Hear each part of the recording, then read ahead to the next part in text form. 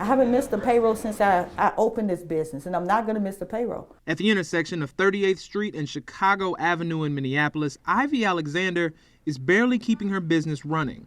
We're robbing Peter to pay Paul. For Ivy and her husband Dwight, business has been sporadic since George Floyd's death, who was killed just steps from their restaurant, Smoke in the Pit.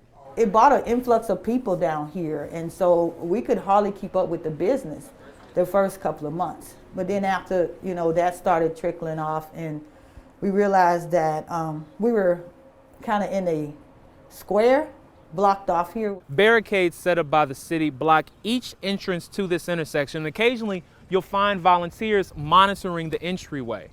And while activists say all are welcome here, some patrons don't feel that way. Dwight had to walk a block or two or more to go get our supplies. Garbage was piling up because they weren't letting the garbage collector come in. As soon as we opened, all the odds was against us. Ever since we got the location. And the Alexanders aren't alone. Cedric Steele, co-owner of Just Turkey Restaurant, says people can't find his restaurant since it's behind the barricades. I get a million phone calls every day because people don't know how to come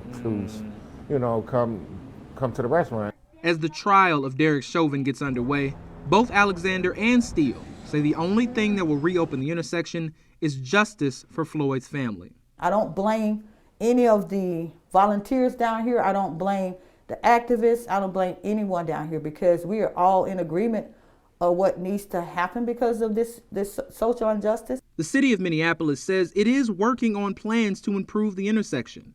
For activists here, justice requires the city to meet a list of 24 demands. This includes the completion of the trials of all 4 officers charged in Floyd's death. Until then, a handful of empty storefronts and a vacant Speedway gas station stand as reminders of what could occur if things don't change for business owners.